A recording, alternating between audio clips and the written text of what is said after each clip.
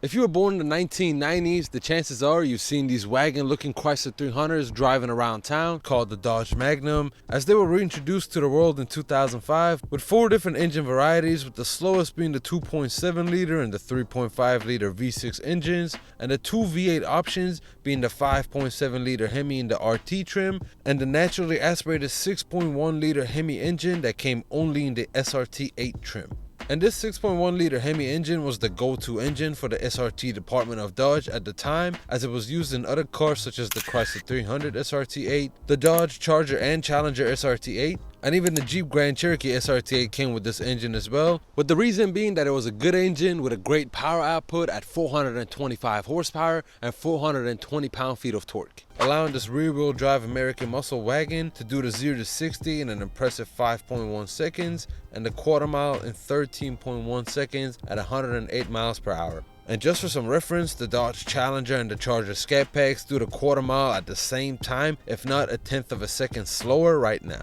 And connected to this engine is the Mercedes-Benz 5-speed automatic transmission, and as a matter of fact, that's not the only thing in this car from Mercedes, as so are the rear differentials, the drive shaft, the ESP and ABS system, the steering system, and even the cabin electronics. And I'm sure by now you get the point that the car was basically a Mercedes-Benz E-Class with a Hemi engine. But that Mercedes partnership was not a coincidence, because Chrysler actually owned Mercedes at the time, and they were actually using their assistance for all of their SRT cars in the early 2000s. Of course, with the bigger engine and the extra power, the car was going to need these 20-inch wheels, alongside a firmer suspension, bigger Brembo brakes to slow you down, a new lower body treatment, and even a revised front and rear fascia completing the race car bro transformation.